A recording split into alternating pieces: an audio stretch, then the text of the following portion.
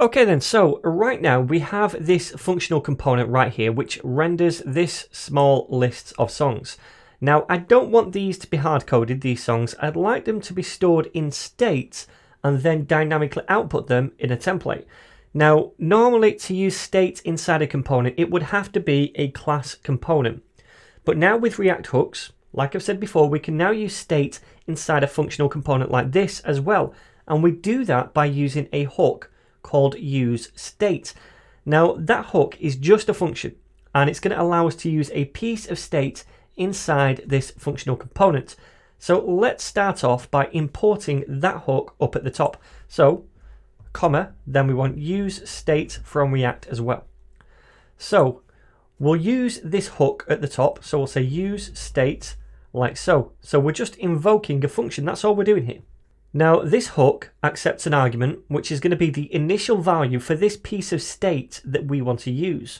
So like in a class component we say something like, state is equal to an object where we define different properties. What we're essentially doing is defining a property of state inside this function now.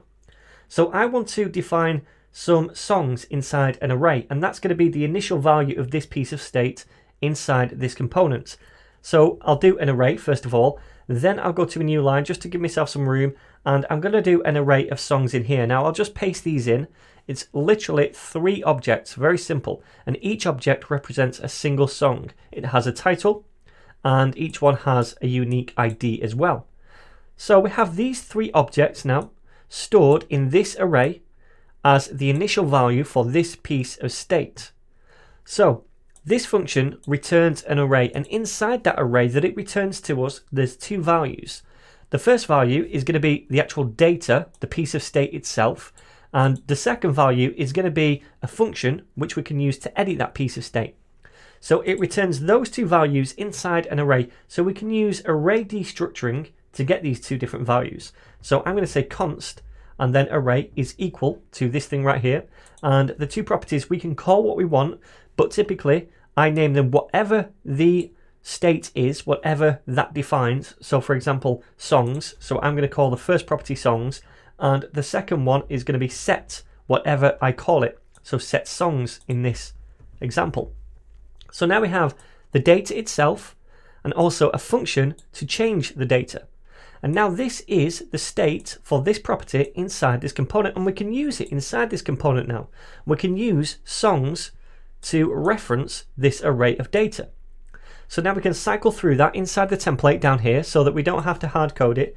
Instead, I'm going to say songs dot map, because we're going to map it to a new array of HTML templates, and inside this function we'll take the song each time around. So it's going to cycle through the array, perform a function for each one in that array, each item, and each time we reference that by song. So now we can return some JSX for each element. So return, and then in parentheses I'm just going to say first of all li, and inside the li tag I want to output the title property of the song. So I'll say song.title.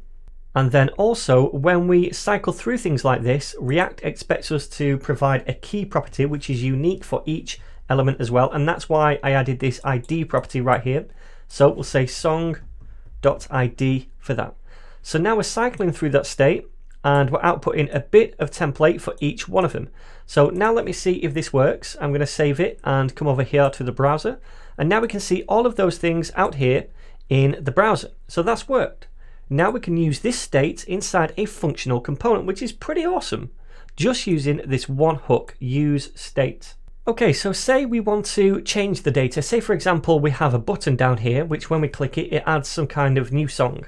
So first of all, let's create that button. I'm going to say button right here, and in there I'll say add a song, and we'll need to attach an on-click event handler to this, and that is going to reference a function called add song which we'll create now. So let's create this function over here. We'll say const add song and set that equal to an arrow function, and inside this function what we want to do is change the data. Now remember, I said that this function that we get back from UseState is used to change the data. So all we need to do inside here is say set songs, which is what we call the function, and then inside here we pass whatever value we want this data to be. Now we still want it to be an array, so we pass in an array, and this is going to completely replace whatever the current value of songs is inside here. Okay, so we can't just add something extra into this, we have to output the whole thing because it's going to completely replace it. So for that reason we need to use spread syntax like this to say get the current songs and spread them into this array. So it's going to grab each one of these and put them into this new array. And then we want an additional item in this new array, so that's going to be a new object which will have a title property, and this is just going to be like new song, and then an ID property. We'll just say that's 4 for now because we have 1, 2, 3 already.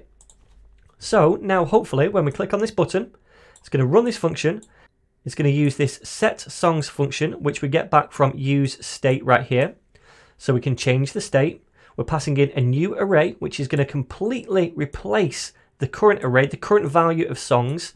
So we're spreading the current elements out inside that new array, and then we're adding a new one as well. So let's give this a whirl. I'm going to save it and come over here and click add song, and now we get new song over here. It works, but watch this. If I add a new song again, we should get some kind of warning or error, and we do. And that's because each time we add a new song, we give it this value ID of 4, and when we cycle through those songs and we output those, then we're saying the key is the ID property. So every time we add a new song and it updates, then it's still getting ID 4 for each element. Now React wants these keys to be unique for each different element it outputs, so we can't just hard code it to be 4 every single time. So we need some kind of way to generate a unique ID for each new song. Fortunately, there is a package that we can do that really easily with. So I'm going to go to a new console, and let me just clear this so I can see what I'm doing. And then I'm going to install a package. Now, first of all, I need to cd into Hooks app. So cd Hooks app. And then I'm going to install a package called UUID. So npm install UUID. Okay, so once we've done that, we just need to import it at the top. So I'll say import, and it's going to be UUID from, and it's UUID and /v1. There's different versions we can use. I'll just use v1 for now. And then we just need to use that down here. And all we do is invoke this, which is a function, and that generates a unique ID for us every time around. So every time we add a new song, it's going to be something different.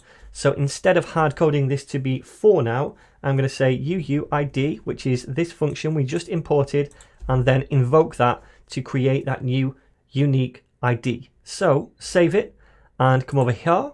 And now if we add a new song and a new one and a new one, we no longer get that error. And if we go to React over here and open this up and go to the song list, we can see all of these keys are now unique. So it's generating these for us. So anyway, there we go, my friends. Now we have used this hook, UseState, to use some state inside our functional component.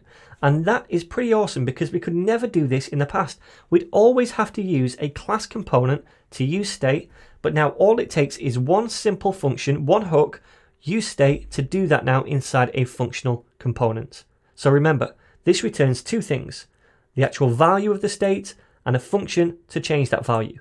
This accepts a parameter, which is the initial value of that piece of state as well, and then we just use it as normal inside the component.